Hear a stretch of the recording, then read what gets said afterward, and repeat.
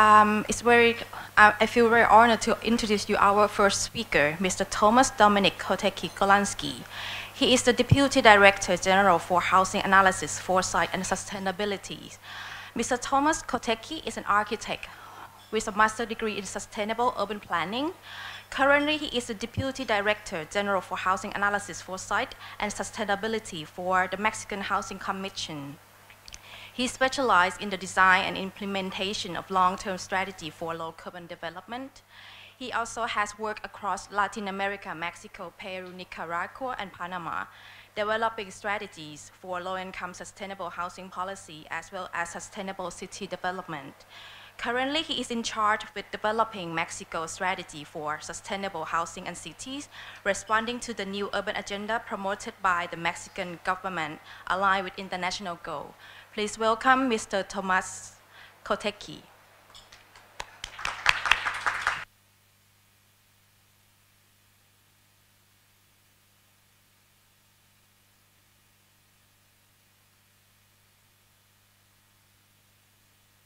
Hello, good morning, and thank you for the invitation. I would greatly thank the Ministry of Foreign Affairs and also the University of Silpakorn for bringing me all the way here on my first visit to Asia and first time in Bangkok. So it has been amazing so far, and I greatly appreciate the opportunity to come talk to you. I would like to start talking about smart cities, because that's obviously the first reason that I'm here, but I will also introduce the strategies and programs that we have developed in Mexico over time in order to achieve the smart city objective, and maybe try to help with the creation of a strategy for Thailand for the next couple of years in order to be able to promote better and sustainable cities for the future, adapted to current necessities. But I will start with the simple facts. No, I mean, everybody knows about these. 52% of the population in the world is urban. A smart city estimates 15% of savings. Cities consume 70% of the global energy use. The UN is expecting more growth. 40 trillion need to be invested in infrastructure over the next couple of decades.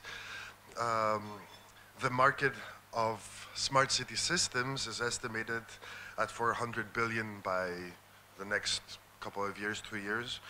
And every week, every month, every couple of days, we have 1 million new people moving into the cities. But I guess we all know this, and this is our current baseline, and this is what we will have to live with for the next couple of years. But fortunately, everybody knows. The cities, the 600 cities will contribute 65% of global GDP growth in the next 8 years. So cities are very, very important, and that's why we are here. However, smart cities definitions is about as complex as the people who promote them. Smart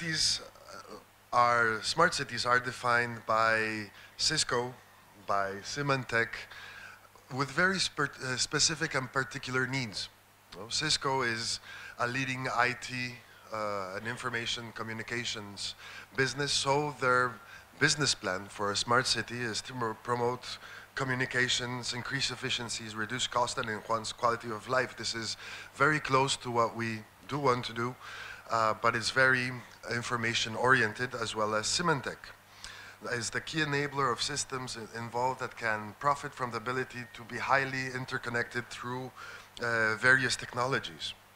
So this is the industry point of view. Government is a very particular user for smart cities, and it is a little wider definition than the one promoted by technology companies. The Scottish government thinks about digital technologies to build into a sustainable citizen well-being and economic development, which is closer to the people, which is closer to economic development and closer to developing well-being in the city. Hong Kong embraces innovation and technology to build a strong economy. So basically, all of them talk about similar things, but with a different approach and end objective. The universities have another approach.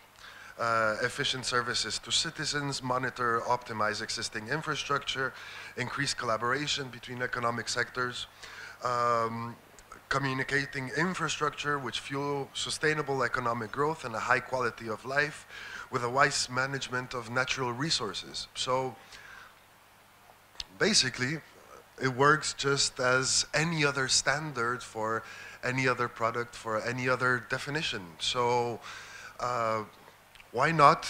Let's build a new one. Let's talk about my definition for smart cities, which is slightly different because this one is technologically oriented, and I think, and what we've been talking about in Mexico, is that a smart city has not forgotten to be a city. Well, smart cities are just cities that actually live up to what they are supposed to do. Prosperity through community. We have decided to come live in cities in order to thrive, to be able to take advantage of the interactions given to us by the opportunity of 24 million people in the case of Mexico, 6 million in others, 30 in others, and all of those are opportunities for growth. In order to integrate and generate a platform, a smart city is a platform that generates the development and well-being of its citizens through the integration of a system of systems, which is something that has definitely been forgotten. I have worked a long time as a consultant, and I've worked a long time also in government. And we as governments are structured through a very programmatic approach. We forget that everything that we do integrates across different platforms and across different systems. And one thing that we do on one side has an effect on the other. And that is not usually how we as governments work. We in the Housing Commission are supposed to be doing only housing and sustainable communities, but then we have the Ministry of Energy that promotes renewables, that promotes energy efficiency. Then we have another ministry on transport and another one on social development, and it is very difficult for those instances to interact. And what we are trying to promote and what we try to make sure is that the information and the projects and the programs and the initiatives that we do work become a transversal line of work across all of the ministries, across all of the commissions, in order to have one tangible growth, ensure tangible value for the communities, for the citizens, and make sure that we all grow because we chose to live in a community. So smart cities integrate all of these things, all the physical systems, the digital information, and the human resources that we do have. We sometimes forget that we need all of those three systems working together in order to ensure sustainability, innovation, competitiveness, and transparency, because that is something that the government sometimes lacks. How do we assign resources? How do we make sure that people understand that government is actually useful and it's not a hindrance? How the innovation of systems promotes competitivity between the people, how it promotes resources, how it ensures a better quality of life that actually spurs growth and productivity and actually makes cities sustainable. We cannot think only from one sector, from one side, from transport. We need to understand that having a 2-hour commute from home to work is actually an economic loss. It's a well-being deficiency, and people go crazy being stuck in traffic and listening to bad radio stations. So if we do not try to integrate all of those things, we are not going to be able to make sure that cities actually live up to their purpose of making our life better and ensuring growth. Because sometimes sustainability is merely reduced to a lower carbon footprint, to a reduction of indicators of CO2 emissions, but actually that is just a very small part of it. What we do need is to make sure that we are resilient, facing the natural change and facing also the economic changes across the world, because we need to start competing with each other and with different cities to make sure that the investment comes, that we develop, that we actually are able to give out the added value that we generate and make sure that it arrives at all of the population and not certain areas.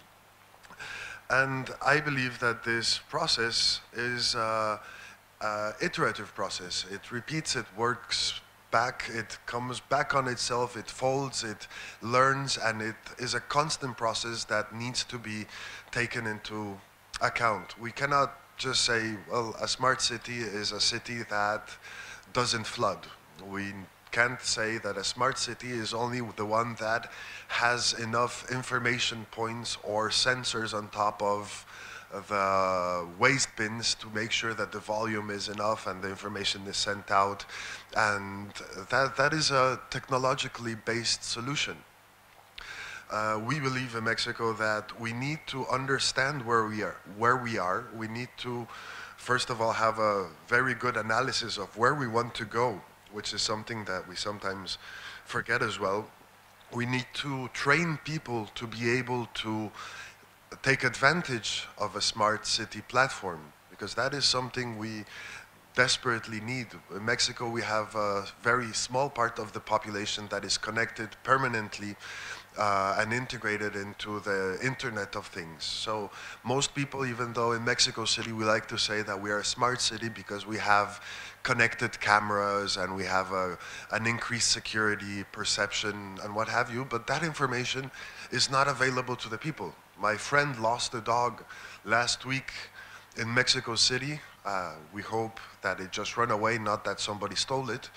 And there are hundreds of cameras covering every exit of the park. But when a citizen tries to go in and ask for the information, they're not going to receive it, because it's proprietary infrastructure and the government has a very strong hold on it. So the smart city benefit of a strong, safe city is not in the hands of a person. They cannot use it for practical purposes. So we need to define what we actually do need. And that is through citizenship building. And that is probably the most difficult process from a smart city, because we can say as Cisco, we need to interconnect everything and we need to make sure that it's safe. But if people don't use it, then the end iteration of a smart city, which is coming down to the people and give it added value, does not happen. So that is something we need to keep in mind. So we see the infrastructure, we see the opportunities, we install the systems, we generate the platform of open source data or of limited data, which is something also which needs to be taken into account. What information we can give out, what information needs to be restricted, or where we can actually draw the line of what information is actually needed in order to not infringe any privacy laws and what have you. And then develop platforms which are attractive and accessible to the community in order to define solutions, program actions, and identify new demands, which is something that needs to be going on all the time. We cannot just start one process, put in all the sensors for public lighting, and then say we have finished. That is not the process. We need to keep it going, and that is only going to happen through strong engagement from the community, from the people living in the city, and defining the information that they need and the systems that they need in order to make sure that the investment that we plan as government is the one that we need. The values of every city, well, as usual, every smart city needs to be sustainable, but that is something that is probably also common knowledge. I think that if we're not sustainable, then we cannot achieve a smart city. It needs to be human-centered. That's definitely very important, because it is not just about giving money to Huawei for all the sensors. It is not just installing cameras and spending a lot of money and being able to tell on the international platform, hey, we're smart. We have installed all of this infrastructure, everything is connected, and all the systems talk to each other. Or that's at least the end factor. We need to make sure that people understand why it is that we're doing it and approve the investment. Well, this is me talking from the government standpoint, because we have very big restrictions and bureaucracy loops to jump through all the time in order to ensure that public spending is correct. And we need to be sure that the information has value and is appreciated, because there are very few examples of valuable information out there. One of them, probably for a traffic-ridden city as Bangkok, as Mexico, is we have very long commutes, very bad traffic. We have been working on it, but I think that the only application that is useful right now is Waze. And that is just a small community-based platform. We didn't have to invest a ton of money to have it. We crowdfunded it. We are updating it permanently through our smartphones and tablets and whatnot. And it didn't require a billion-dollar investment on security cameras that we do have in Mexico City, for example, but it doesn't work for that. It could have been very interesting, but it wasn't used for it. So now we download a free app. We have current traffic all around city, and that makes it a little bit smarter. And that is something the public uses. I'm not sure about the trash can sensors and how much they fill up with municipal services. That could be the next step, but it hasn't been so far.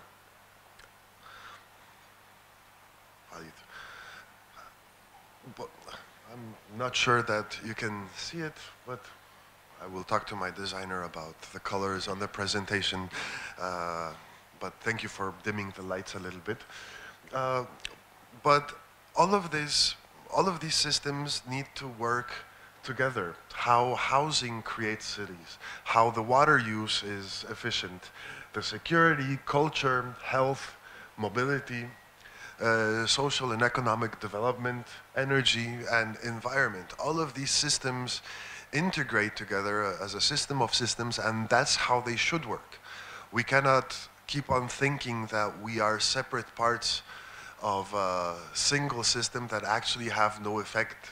And if you're thinking about smart cities here in Thailand, I think you should start thinking about how to integrate all of these things as we are trying to do in Mexico. For a long time, we were working each one with the Ministry of Energy, with the Ministry of Urban Planning, and everybody had their small little task, very specific, very highly detailed, and everybody was, no, but I'm an expert on urban development. Yes, but what about waste management? What about energy? How does it integrate? Oh, well, that's for somebody else to do. That we are living in the 21st century. We cannot think like that anymore. And in Mexico, we took a pretty strong step towards that, and we created a ministry of urban development, territorial planning, which includes housing and transversal programs to make sure that we are integrated and that we talk to each other and that the platform for social development actually works. However, smart city is something that is still pretty far from what we do have in Mexico. We would like to say that we're on the way. I'm not yet sure, but what we are doing is taking baby steps, and we have been taking baby steps for quite some time. And as you can see, this is probably something that you live with every day, maybe not the housing policy which generates tons of little houses on Mexico's periphery, and it just generates urban sprawl, but we in Mexico have all of the problems that metropolises have all around the world. We have a lot of land change, land use change that generates a lot of pollution, that takes away usable agricultural land. We keep on growing the cities. We promoted a housing policy that was just a single house, 42 meters squared, for a family, to infinity and beyond. And it was just a copy-paste of a project developed by an accountant, not by an architect, because who was counting the bricks to make sure that we do not pass the maximum price that somebody can pay through the mortgage and through their income brackets. We have made scattered cities with a very low density. It's under 60 houses per hectare, which is very low. We have been very bad at using urban land, which is very well located within cities, but it's people that are sitting on their land that has been given to them through generations from their uncles or grandmothers or what have you, and they are waiting for the price to be right to sell it, but that doesn't allow social housing development and integration of people into the city. We have insufficient infrastructure, and we buried that thing 50 years ago into the ground, and we have not been able to update it because it is not politically viable to put money into the ground. Nobody sees infrastructure, public works, so nobody wants to do them. So now we have an outdated system that is not efficient. Mexico City, for example, the water system was developed in the 60s and the 70s, and today, because of the cracks, Mexico City is not sinking as far as it should, because we are pumping clean treated water into the aquifer so that the city keeps going up. It used to be a lake, and we built on top of it, and it's sinking. If anybody of you has been in Mexico City, the angel statue, all those steps is not the steps that were built in originally, but they were put in afterwards when the city sank and we had to walk up to the base. So infrastructure is a big problem. We will need to invest a lot of money in it, but we're trying to, I'll talk about this a little bit further on, but we need to actually have a controlled demand of water and energy in order to make sure that the investment in infrastructure is efficient if we're going to reinvest in those programs. A deteriorating building stock, the houses are falling apart. We have many abandoned houses because the policy on housing development was more on quantity rather than quality. We are changing that. Considering the dispersion and distribution of cities, there is no work where the homes are. We built dormitory cities, and we're trying to move back on those as well. We have high greenhouse gas emissions. We do suffocate sometimes in the city. It's sometimes scary that we're still alive. Our environment is deteriorating. We have not enough public facilities, trash collection, which actually brings to more pollution, air pollution, land pollution, water source pollution.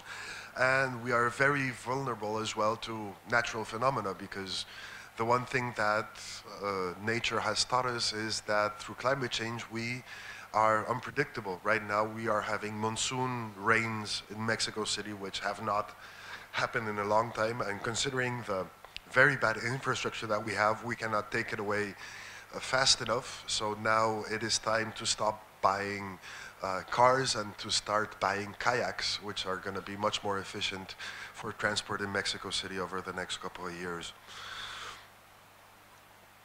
This is an analysis we did 2011, 2012 of how cities have been growing.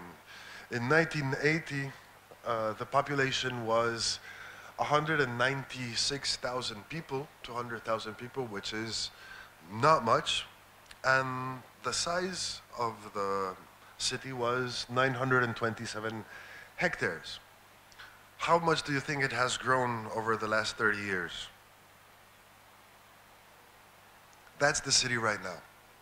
And it has all been driven by housing speculation, housing growth, and policy of mortgage and subsidy that has made the city grow 15 times while the population has grown only 3.5 times.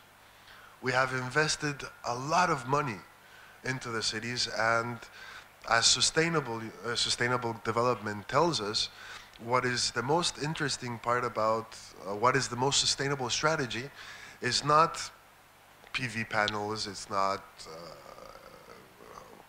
farms, wind farms, it's already installed energy. The most efficient use is using what we already do have. And that is a great opportunity as we see it in Mexico. We did mess it up over the last 30 years. We have grown, but that has given us a unique opportunity of big infrastructure, interconnected city, which needs to be used to its maximum potential. Those were the types of developments that we were promoting. That was actually farmland a couple of kilometers outside of Mexico, and we just decided to put in a couple of rows of houses. It looks more like a prison than it does a housing development, and there is no services, no stores, no schools, no health services, nothing. And we generate those little pockets of houses, and then we expect, since we make a sufficiently big market, to have a convenience store come in. The first one usually is a 7-Eleven or one of the or a similar store, and they actually sell the most expensive food in Mexico, and they profit for that with the people that earn the least amount of money. And then it grows a little bit more, and then a bigger convenience store comes in, and then 15 years later, we might have a school. So what happened to the people that were living there, to the kids that were born in at that location? Well, either their parents moved out, they went back into the city to live with their uncles in tight quarters, or they are living there and trying to learn whatever they can from their neighbors, which is not usually a good thing. And, well, that is the slight problem that we did generate from underused houses. The darker areas are the ones where most uninhabited houses happen. The yellow ones are denser, have actually owners, but they are the big properties downtown which are underused.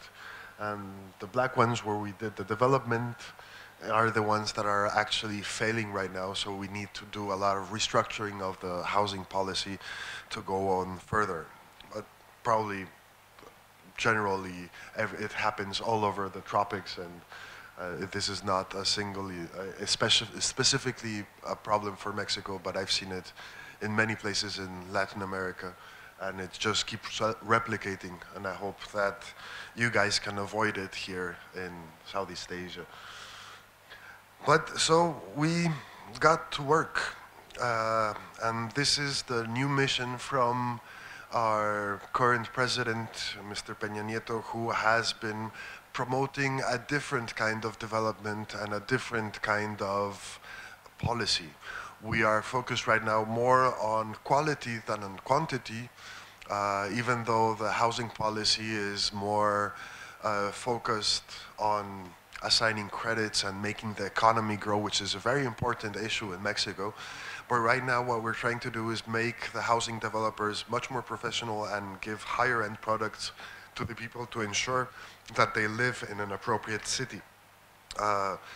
And we need to build compact cities and densify city centers in order to make sure that we have the best living arrangements for the population as possible.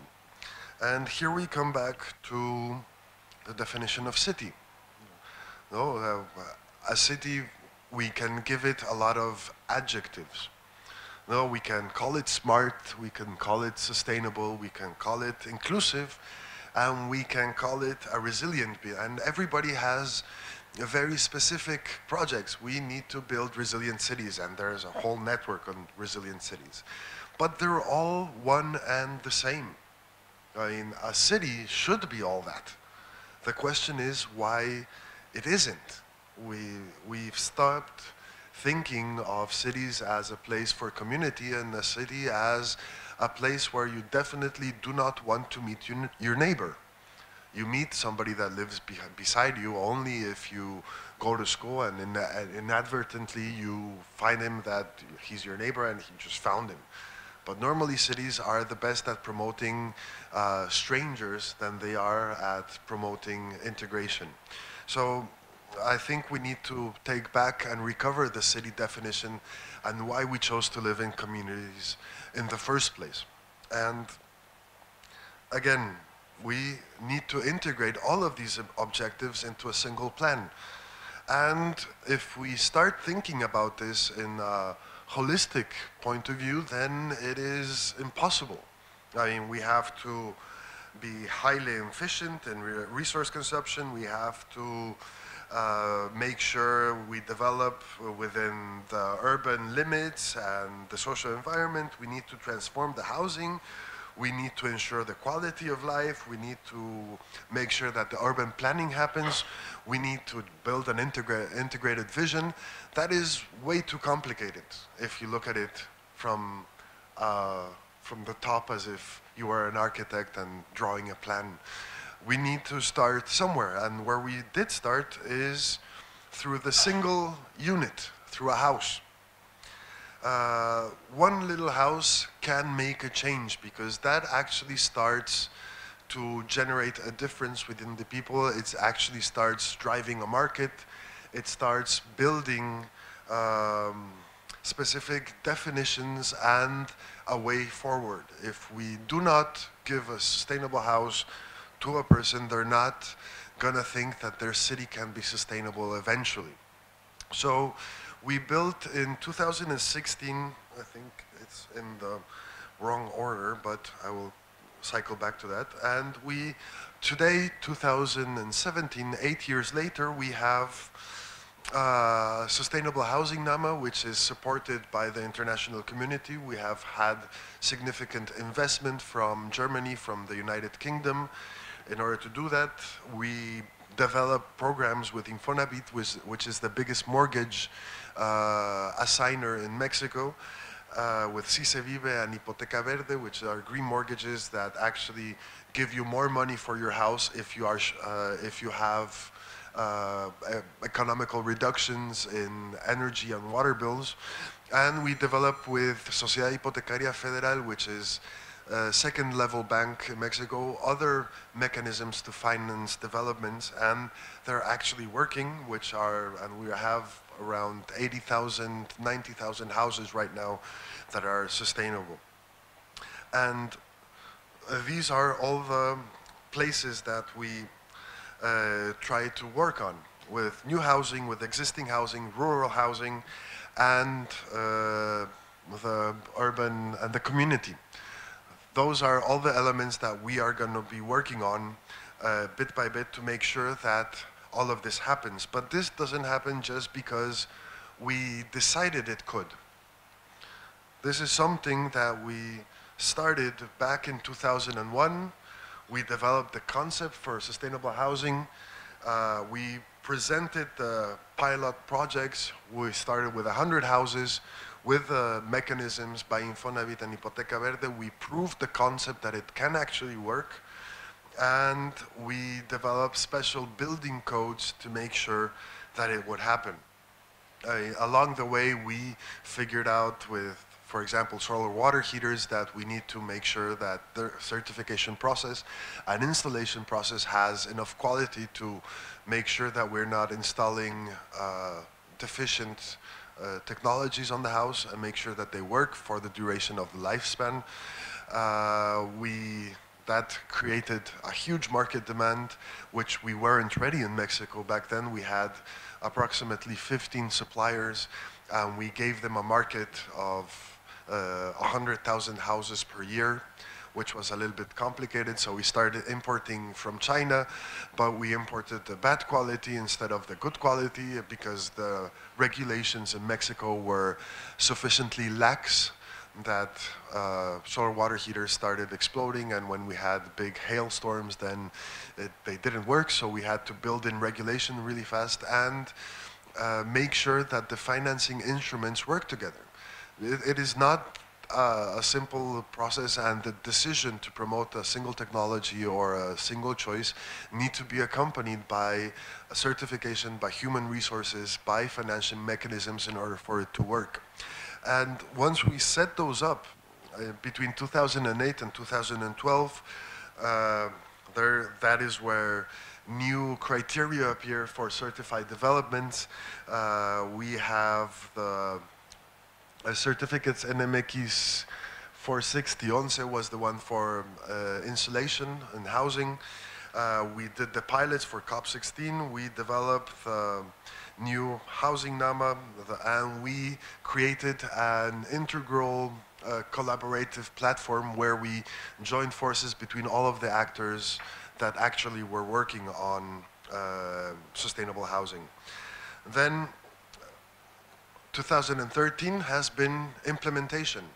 How to actually make it happen. We had set up the platform, we had established the table, we had put on the covers, the napkins, the water, everything was served, and now it was time to start working. So that has generated the results. 79,000 houses right now. This is a presentation that was done a couple of weeks ago, so the new data is on the platform. 44,000 tons of CO2 reductions per year, and 128 million pesos in economic savings just for the people. And this is how we started. I mean, this is the beginning of a smart city. We need to build it from the bottom up, because if we build it from the top down, it's going to be much more complicated. It cannot be just a strong decision. And this is how the registry has evolved. We are 2018 right now. We have had a little slump in the housing sector development, but that's through economic restrictions that we have been imposed, and we are making the market grow as much as we can. But this is how it started. 2013, we had very few projects. Then we implemented the NAMA through international cooperation. That gave us a big bump to 440 houses a year, and now we are making sure that it starts 140.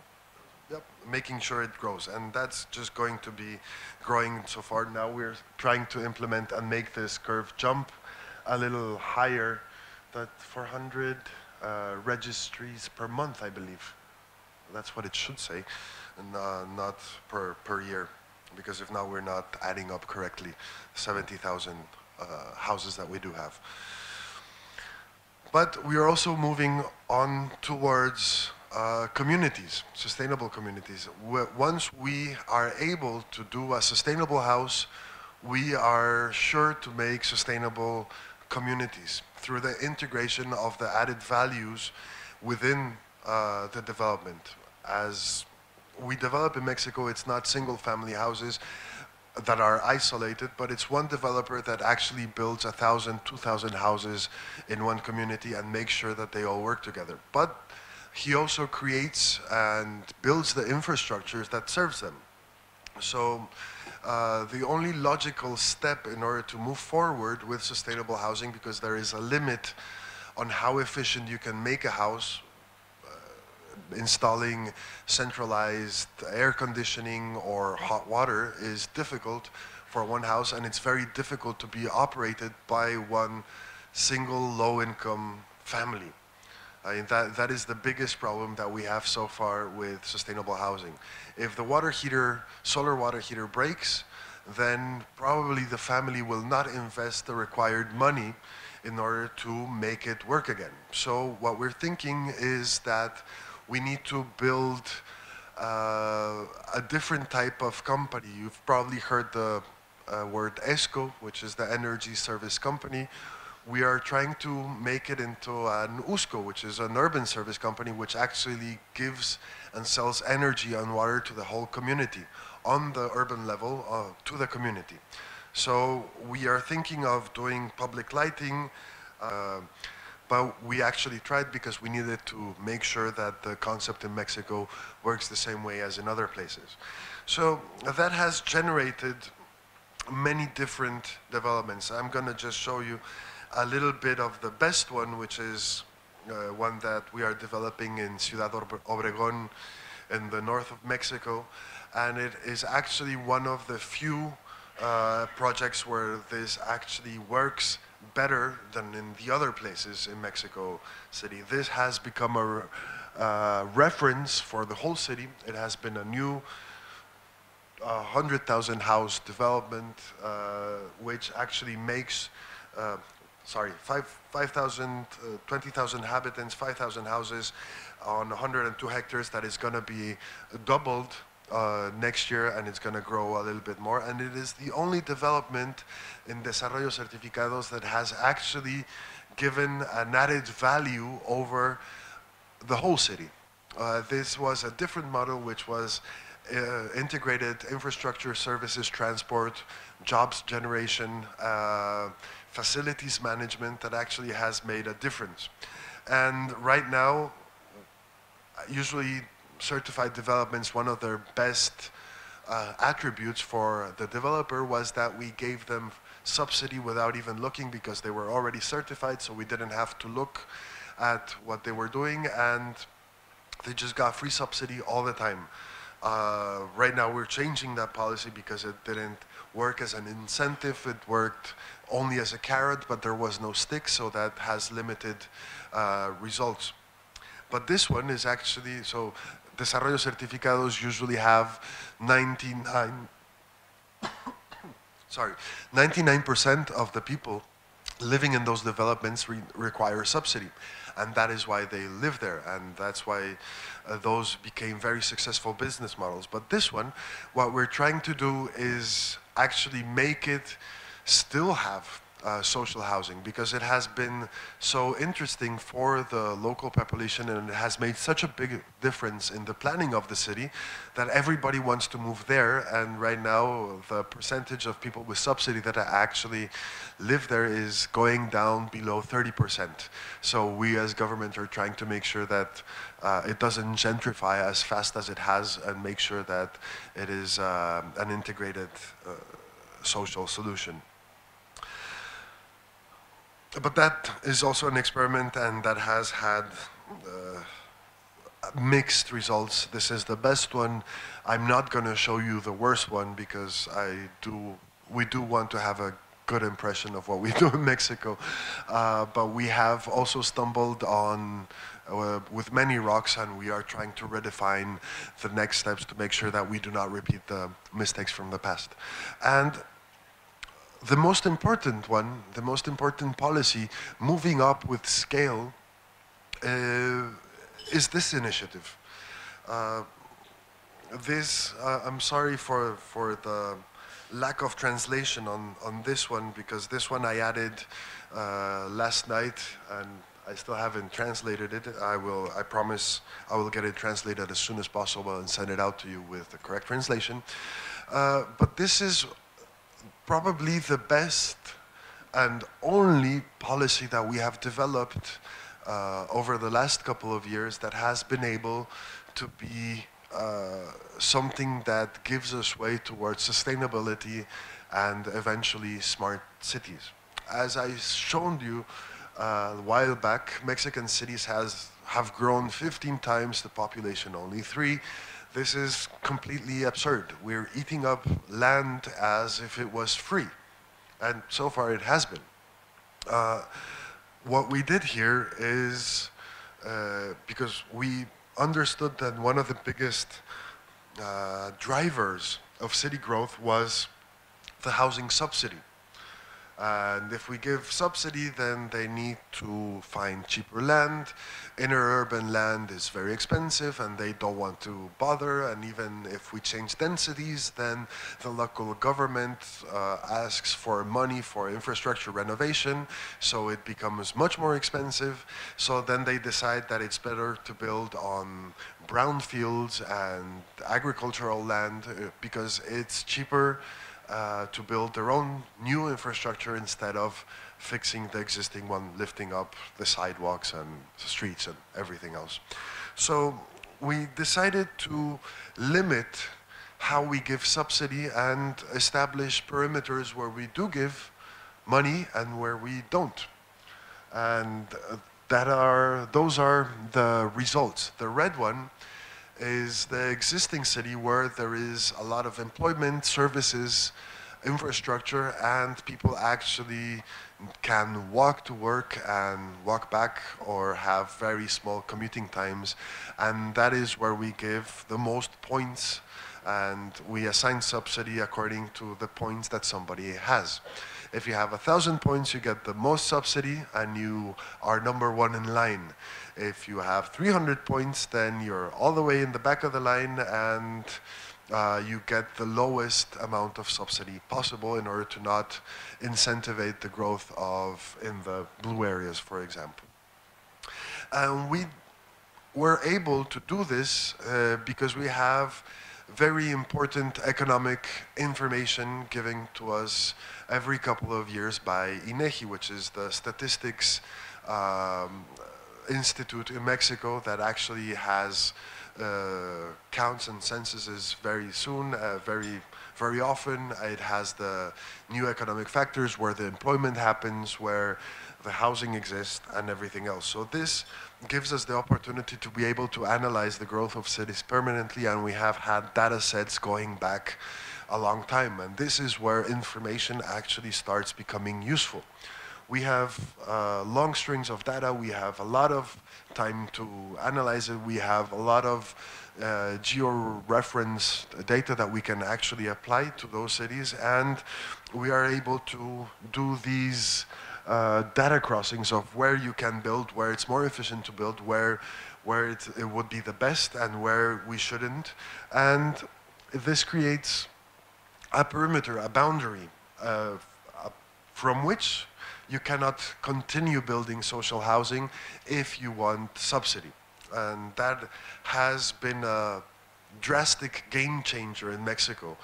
It actually made a couple of the biggest housing developers in Mexico had a very tough time accepting this policy because they were just buying land further and further from the cities and having reserves, expecting growth and speculating on growth over the next 20, 30 years. And fortunately, with this instrument, we were able to stop that land speculation and make sure that we actually do promote compact and more efficient cities.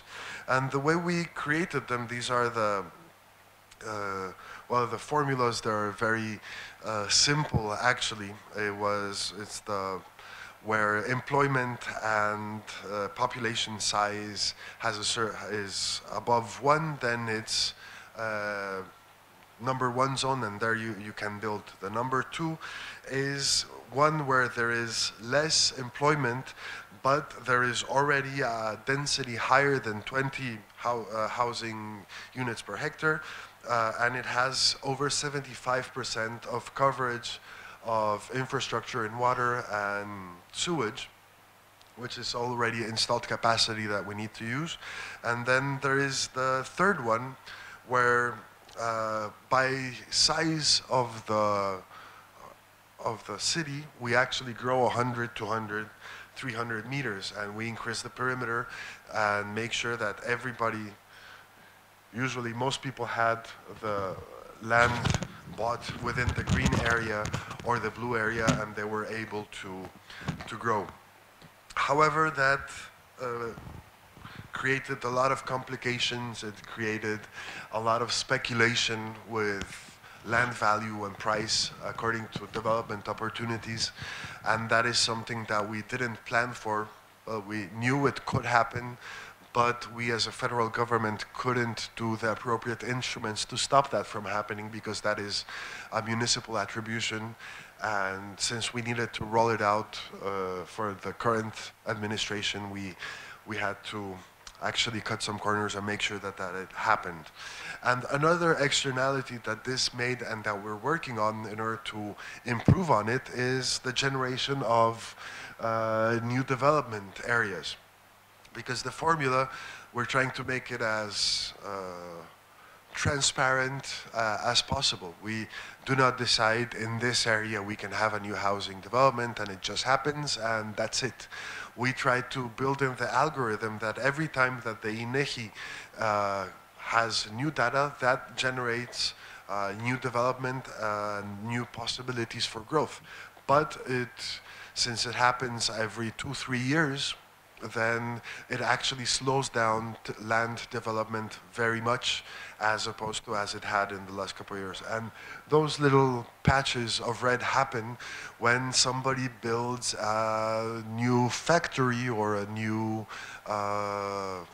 whatever business place over there, and then all of a sudden that generates one area, U1, and that gives it a lot of subsidy, and that immediately creates a U3 perimeter around it where you can actually start building houses. So, I mean, that's not an ideal scenario, but that is actually making the algorithm work instead of thinking too much about not intervening. So we're changing the paradigms right now to make sure that that stops happening and we qualify it in a different manner. But that is something that we are able to do because we do have solid information systems. We have the SNIF, which is a platform that actually you can go in. It has all the information that we have generated over the last 20 years on housing development. It registers all the subsidies, all the financings that has been done. We have a unique housing registry that is something that is quite new as well, and it's innovative across the world because each single house is geo-referenced. It has a latitude and longitude and altitude registered. That's also for high-rise developments, and each one has an individual number, so we can actually track it over time on how its price grows, who it was sold to, when it was sold, how it's moving, what are the characteristics of that specific housing developments, and we are able to track it. And that integrates very well with the national digital strategy that we have, that is being promoted from the presidential offices as well. This is the SNIF, which is our platform which analyzes all the information generated by housing in Mexico. It has become a data standard for the Mexican housing industry and development industry, and it generates and distributes all the information that we can. We need to build upon it. We constantly invest money into it to make it more stable, more robust, and to have much more information and indicators.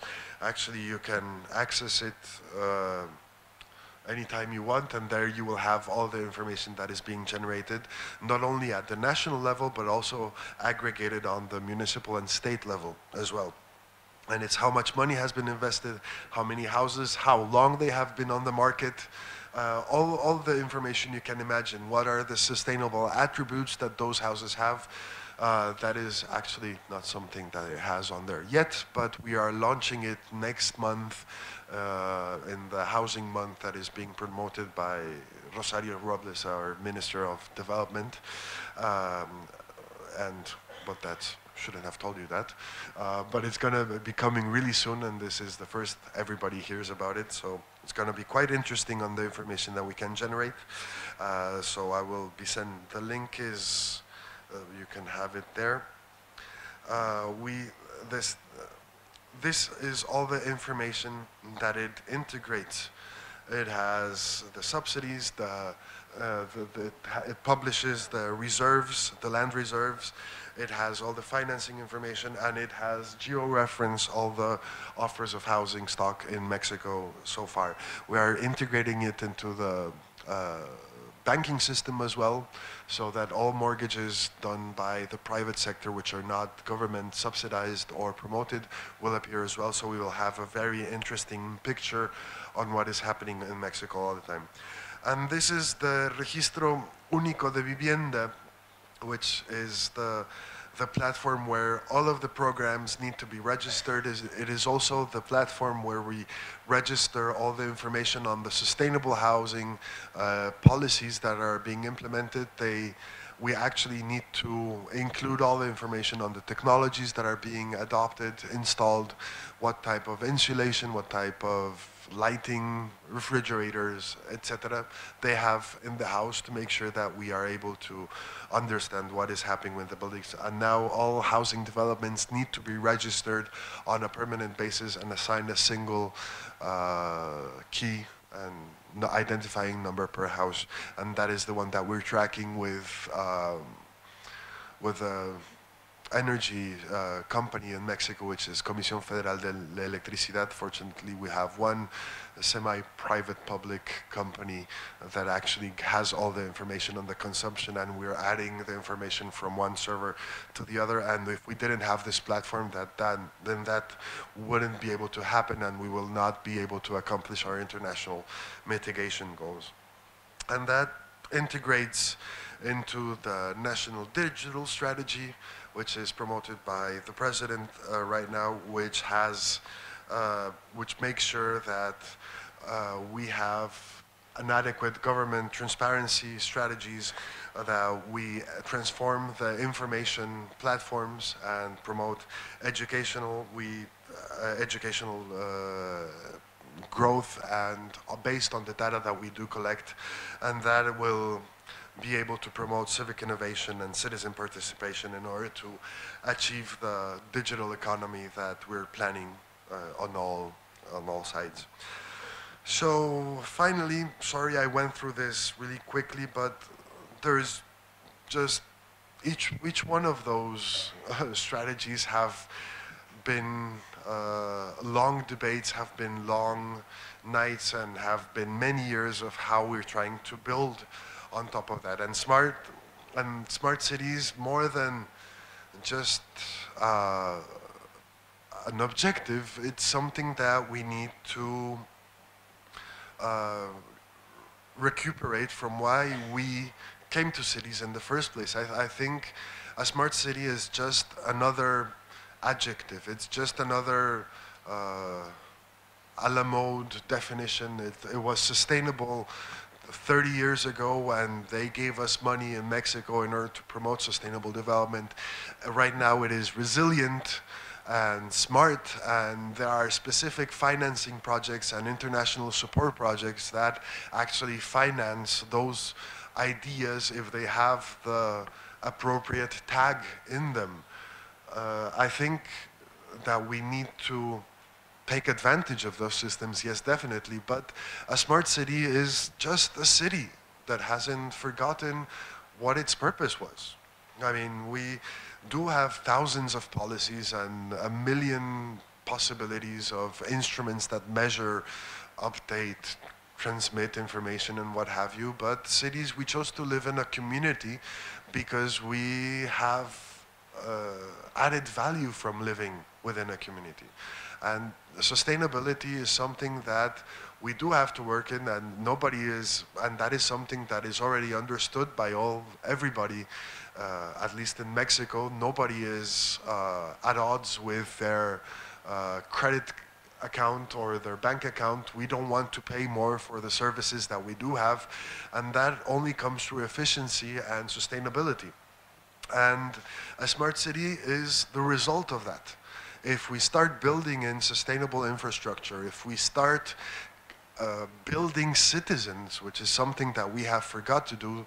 In Mexico, we've stopped giving civismo, unfortunately, in public classes, and we need to work more on that, and to make sure that the people actually try to integrate and make their city a better place, and not only as zombies go back and forth and work, and actually understand that it is for their benefit that they're coming here. And it's an endless source of opportunity, and that's what we need to see it. And if it's smart, if it's sustainable, if it's a means of getting financing and resources to do the research and make us have a livable city to promote the well-being of everybody that comes here, then we are on the right track. But it cannot be, oh, I have a smart city because I installed cameras and traffic sensors. No, that is not a smart city. That is well, I don't know, good traffic management system. But it needs to be an iterative, cognitive, social, and democratic process that makes sure that people actually use it. That is very important. Smart city definitions that I've seen and that we've looked at with our team are just so all over the place and are very objective oriented. Each one has a particular objective, and if it's not transport, it's information, or it's this or data management, and you're not smart if you do not have that. No, you have to think about systems, and you have to make it evolve and grow to make sure that it is included in what you need. And technology and data are not the end result. They're just a part of the process. I mean, because I have been talking to people that have been coming into my office and telling, well, you need a smart city. You're building smart cities, right? So let's build in sensors everywhere, and we will put it into the cloud, and you will have all the information that you need. And you're smart. No, I'm not. I don't have the people that mine it. I don't have the people that analyze it yet. So if we do not build that, then the only thing that's going to happen is that companies, data collection companies, are going to be able to build in more advertising into what we consume every day. And that is, well, part of what we need as a city, but it's not the complete thing that we need to be thinking about. And, well, working with citizens, that is probably the most important thing. And right now, well, if I was able to choose the whole budget, whether to assign to subsidies for buying houses or to be able to teach all people in Mexico if they should buy a new house 3 hours out of the city, and that is 42 meters and doesn't have technology, and that they're going to have to commute for a long time, then I would actually, instead of giving subsidy, actually try to invest it in smart mortgage investment and housing planning, so that they would stop buying houses far away from the city and start doing smart decision of renting for a couple of years, investing in inner city projects, and then thinking about getting their second house in the suburbs when they actually can afford it. So no smart cities if there are no smart citizens. Okay, well, that's what I have. It's a very general overview and of what we do in Mexico, and I would like to take any questions, because that is, I think, much more interesting than just looking at a presentation. So please, any questions that you do have. I gave up half an hour so that we can actually have a conversation.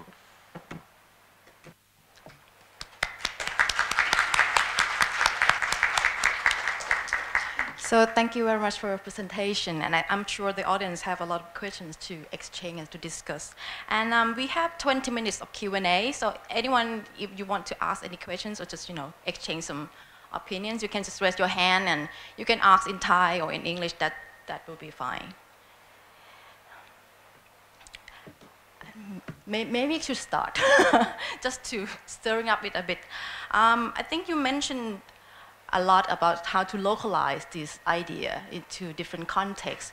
And we got a lot of questions whether the green agenda appropriate in poor cities or not, especially in developing country, like the brown agenda and the green agenda, for example. But how to reconcile the conflicting priorities when you have a lot of poor people and then you want to also save the world, save the planet? How to reconcile those conflicting priorities?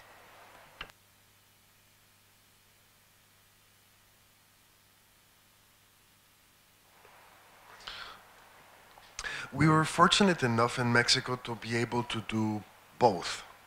Uh, how to reconcile social development, access for people in low economic brackets to be able to access housing, and to make sure that we are sustainable with the environment was something that was fortunately quite simple. We had the national housing policy, we had the instrument of the subsidy, and that gave us control over a relatively small group of private enterprises which specialize in social housing in Mexico. And they were all the time working, their whole business plan was based upon receiving subsidies. So those were going to the least, lowest income bracket people, and they were building that and they were constructing, and they depended on our subsidy to do it. So we decided to change the rules. They were still going to have to come through us. We had a big control of the market, and if we told them that the rules today are these, then they had basically no choice. Yeah, o sea, the good thing is that we were able to develop both the carrot and the stick at the same time. We did make the financial instruments available. We made them simple to enforce, and we started with a lot of capacity building and with baby, small, simple steps. Just add a solar water heater and have one wall with insulation. Change your incandescent light bulb to an LFC, and that's it. And then slowly but surely we started building on top of that, and that was one of the biggest market drivers, which is able to make sure that the programs, products and capacities were installed little by little. So we started with a few projects. They started building a mass demand, which actually made us ensure quality and financial instruments and resources to make it happen. And it was accompanied by a lot of capacity building conferences, programs, training programs, and certificates being given away. So, and the reason why we're able to do this was because of the inherent savings for low-income families. I mean, a sustainable house, yes, perfect, it will stop emitting greenhouse gases and what have you, but we do not see those as end users. And frankly, very few people in Mexico, especially at those low-income places, are interested in that. What they are interested in is saving money. So all the instruments that we developed made sure that the incremental costs were covered by their savings, and they had a little bit of extra money on top of that. So if you save 400 pesos per month, which is around $20, those $20, 10 you can give to an incremental mortgage over the next 20 years, and the other 10 you can save and use for hopefully health, education, books, or if not, parties and whatever, but then everybody likes to save some money and use it for whatever they have to. So that's why the president's office wasn't opposed to what we did, and he understood also the benefits of making sure that the cities do not grow. Even though it does make land more expensive, we do not give the externalities of extended land growth to the people, because in the end, it's the person that is going to pay the cost of transport every day to and from the city and pay not only with his money in the transport system, but also with his time. And we actually prefer to make people be longer with their families to ensure strong community development. มีคำถามอีกไหมคะด้านหลังมีไมโครโฟน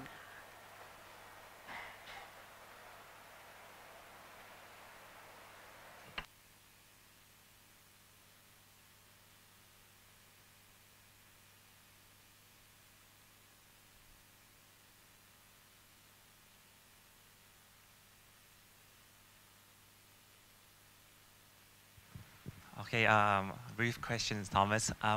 You mentioned about building cities. It requires a lot of parties, right? You have to deal with the Ministry of Water, Housing Association, all these people.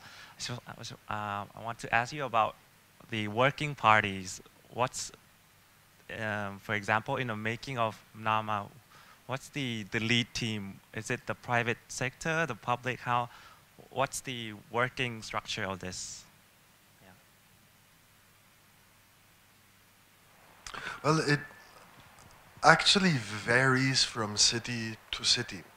There is, so far we've had examples of different types of structures. We, at the federal government, we developed an idea that is the mesa transversal. It's a transversal table where we sit everybody down, each one has a vote, each one is entitled to an opinion, and if we don't agree with the opinion, then we try to work with them to make sure that eventually they understand what are the objectives of everybody. So at the federal level, in order to make sure that the sustainable housing programs and community systems actually do work, we have been working year by year, month by month, with the housing developers, with social associations, with universities, with certification agencies, and with the financing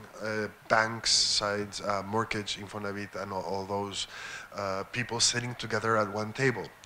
And in the beginning, it was pretty difficult because everybody has their own objective and their own indicator of what they do is correct or not. So for the banking system, the more money you give out, the better off you are.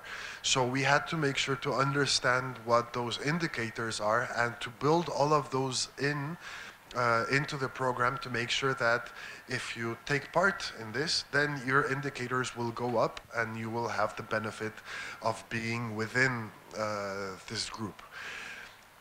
But that is at the federal government, which is a little easier and simpler. Once you go down into the land, into the city, then it just all stakes are off. And sometimes the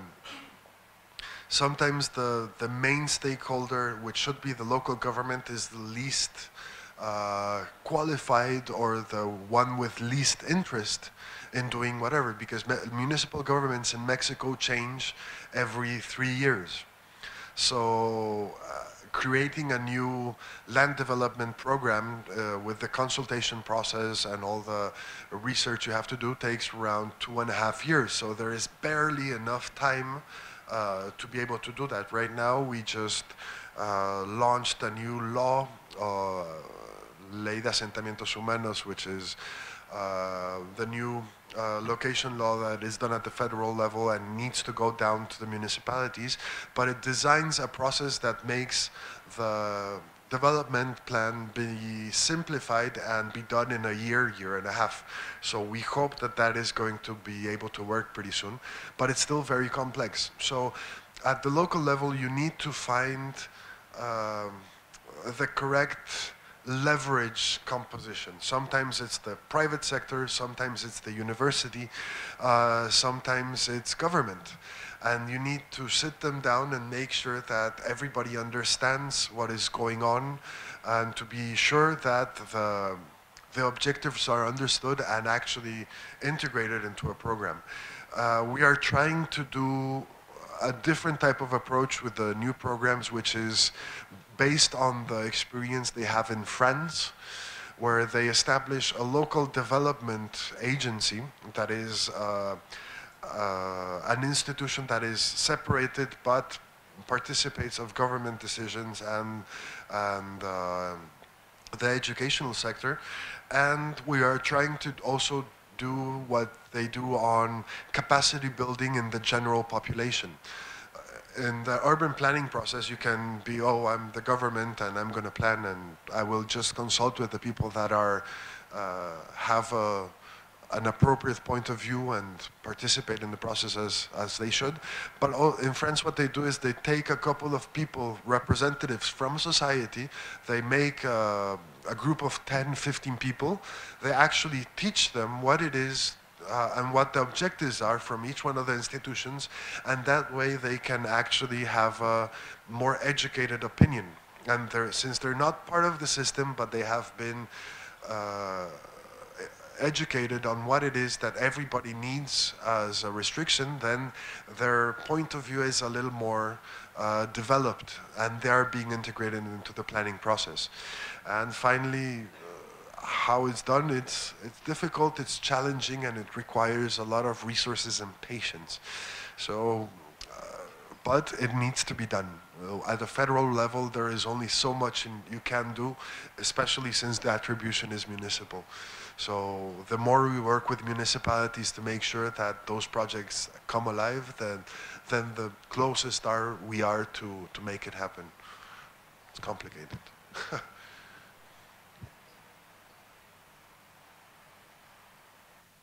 Any more questions? ขอไมค์ด้านหน้าหน่อยค่ะ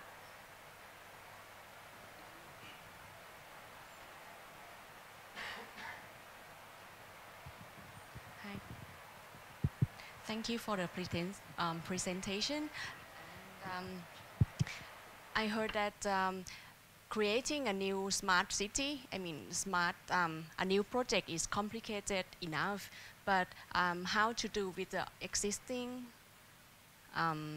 community or existing land, or I think it's much more complicated than that, right? And how to make it more smart or develop it into the smart city. Thank you.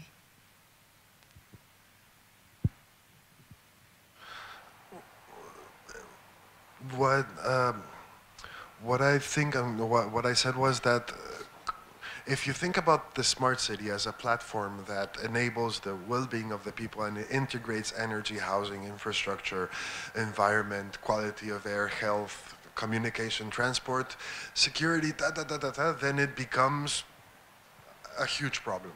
And there is no way that a small community, if you throw it at them, you come in with 25 books of processes and certificates and things and regulations that you need to do, then probably the answer is going to be, you know what, I will do it later.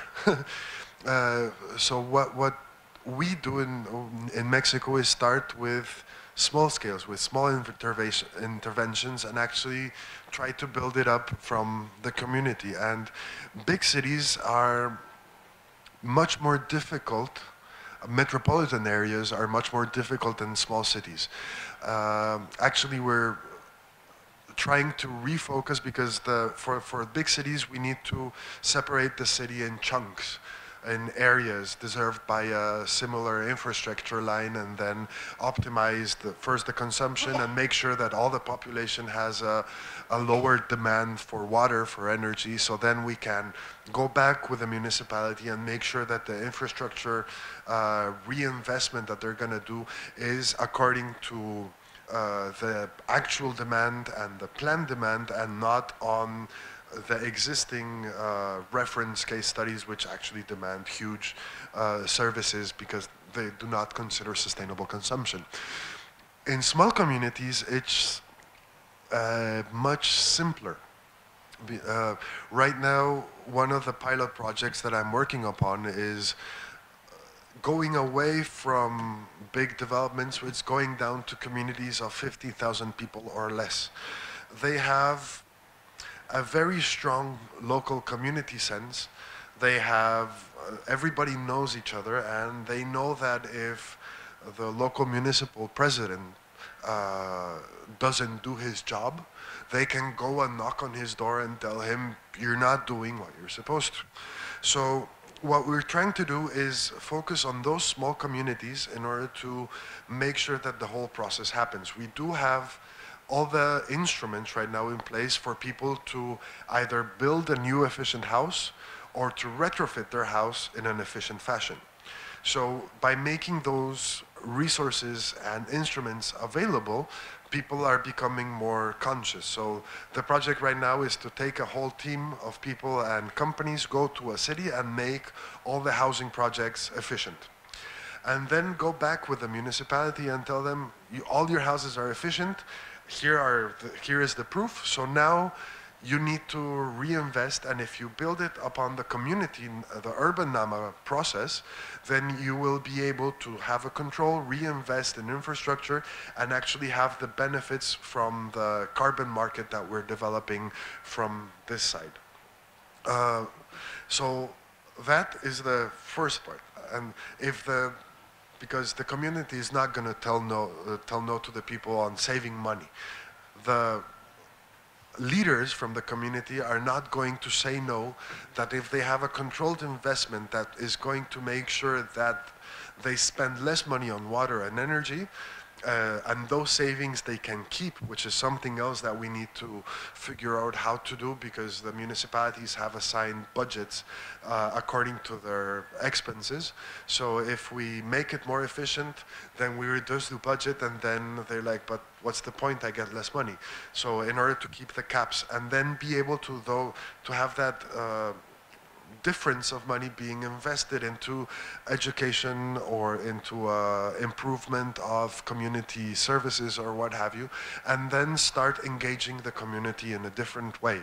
And then the question will be to the community, okay, we've made this more efficient, we have an excess of money, we have made savings, we can reinvest. Where do we do it? Do we build it on infrastructure? Do we build new stuff? Do we include PV panels? Do we do wind farms? Do we invest in education or what? And then if you engage the citizen, then he will tell you, well, in a small community, it's relatively simple. In a big one is where it's going to be the challenge. If the important part is transport, and we already do know it's transport, then we need to work on it and invest the money, but we cannot just build on top, which is something that we in Mexico like to do. Mexico City has built the second floor and the periférico, and then you have to go on top, and there's more cars. It's way more efficient right now, but we cannot just keep on building on top. We have to start thinking about different transport systems, which long range, short range, high speed, low speed, and distribute. And even though the biggest challenge is in big cities, and we think that the big city is where we need to start. I think that big cities are not the future for now. What we need to do is start strengthening small and middle cities, have people from the big cities go back out, occupy smaller cities, give added value, build up local businesses and everything, strengthen that community, because the quality of life is going to be better.